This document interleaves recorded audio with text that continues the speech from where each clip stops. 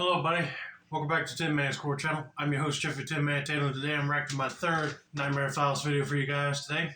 And this was titled Katherine Knight, the Cannibal Girlfriend. Now, I never even heard of this woman before, so this is definitely going to be one creepy and scary history lesson for me and for all of you guys too. So without further ado, I'm going to turn these lights off, move the camera up here for you guys, and let's get this reaction on the road and in the bag, shall we?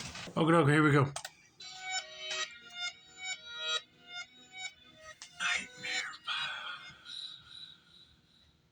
Katherine Mary Knight is the first Australian woman to be sentenced to life imprisonment without parole. She was convicted of the murder of her partner, John Charles Thomas Price. Knight stabbed Price to death and then skinned him. Yep, definitely life in prison sentence. But let's just see why she did it. She then put his skin on a meat hook, cooked his head and parts of his body. Almost acting like Leatherface in a sense, cooking human parts for food. Something like that just makes you want to vomit. Ugh. Placed them together with vegetables on plates. Ugh. Place cards with his children's names on it. In 1998, Knight and Price fought over his refusal to marry her. In retaliation, Knight videotaped items he had allegedly stolen from work and sent the tape to his boss. Although the items were out-of-date medical kits and that he had scavenged them from a company rubbish tip, Price was fired from the job he had held for 17 years. That same day, he kicked her out and she returned to her own home, while news of what she had done spread throughout the town. A few months later, Price restarted the relationship, although he now refused to allow her to move in with him. The fighting became even more frequent, and most of his friends would no longer have anything to do with him because of her. Yeah, that's a little bit crazy right there. She ends up getting him fired from his job over some old medical kits he stole, but it made everybody, his boss included, at his workplace not trust him anymore and kicked him out. And then if I heard that she did that, I wouldn't even talk to her anymore. I'll disown her from my life completely. February 2000. A series of assaults on Price culminated with Knight stabbing him in the chest. Finally fed up, he kicked her out of his house. On February 29th, he got a restraining order on her to stay away from him and his children. But that afternoon, Price told his co-workers that if he did not show up the next day to work, it's because she had killed him. They told him not to go home, but he did not listen. So when Price arrived home, he found that Knight, although she wasn't there, had sent the children away for a sleepover at a friend's house. He then spent the evening with his neighbors before returning home and going to bed at 11 p.m. Earlier that day, Knight had bought a new black lingerie, and she videotaped all of her children while making comments, which have since been interpreted as a crude will. Knight later arrived at Price's house while he was sleeping and sat watching TV for a few minutes before taking a shower. She then woke Price and they had relations, after which he fell asleep. Okay, I'm surprised that if they're in a rocky relationship, that he would agree to making love with her in that sexy black lingerie after she tried to stab and attack. If you have a restraining order against a person, don't keep bringing them back to your house, because then bad things would happen. At 6 a.m. the next day, the neighbor became concerned that Price's car was still in the driveway. And when he did not arrive at work, his employer sent a worker to see what was wrong. Both the neighbor and the worker tried knocking on Price's bedroom window to wake him, but alerted police after noticing blood on the front door. Police arrived at 8 a.m. Breaking down the back door, police found Price's body, with Knight comatose from taking a large number of pills. She had stabbed Price with a butcher's knife while he was sleeping. According to the blood evidence, he awoke and tried to turn the light on before attempting to escape while Knight chased him through the house.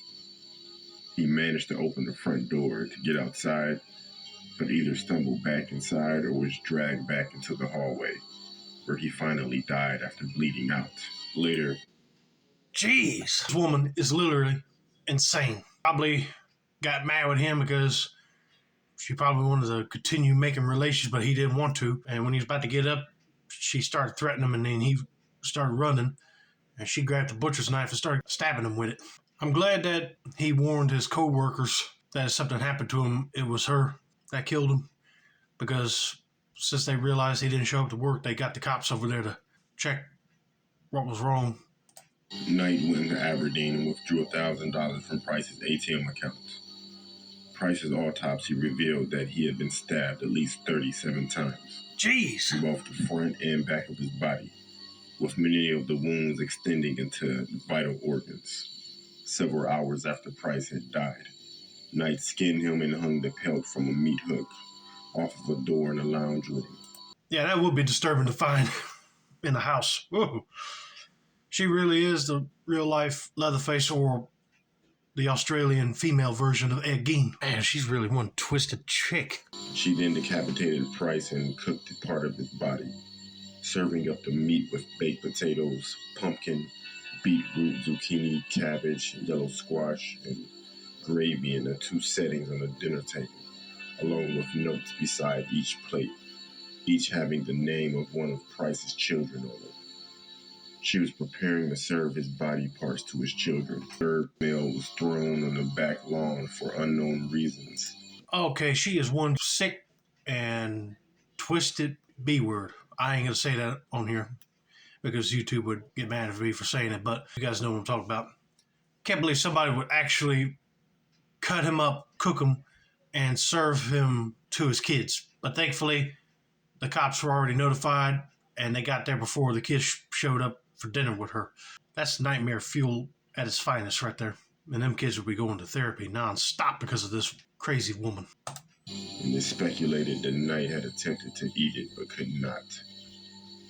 This has been put forward in support of her claim that she has no memory of the crime. Price's head was found in a pot with vegetables. The pot was still warm, estimated to be between 40 and 50 degrees Celsius, indicating that the cooking had taken place in the early morning. Sometimes later, Knight arranged the body with the left arm draped over an empty 1.25-liter soft drink bottle with his legs crossed. This was claimed in court to be an act of defilement demonstrating Knight's contempt for Price. And Knight had left a handwritten note on top of the photograph of Price. Blood-stained and covered with small pieces of flesh, it read, "Time got you back, Jonathan, for raping my daughter. You too, Becky, for Ross, for Little John. Now play with Little John's dick, John Price." Eventually, Knight was tried, convicted, and received a life sentence. Even if he did rape and mess with little kids like that, that was the wrong thing to do. You could have just called the cops on him, but nope. I bet you he was innocent of all that, and she's just so twisted in the head that he wanted to frame him and then kill him as an act of revenge. But I'm glad that the courts see her as nothing but a crazy cannibal that murdered him and was about ready to feed him to his kids. That's disgusting and too vile to even picture in my mind. Ugh.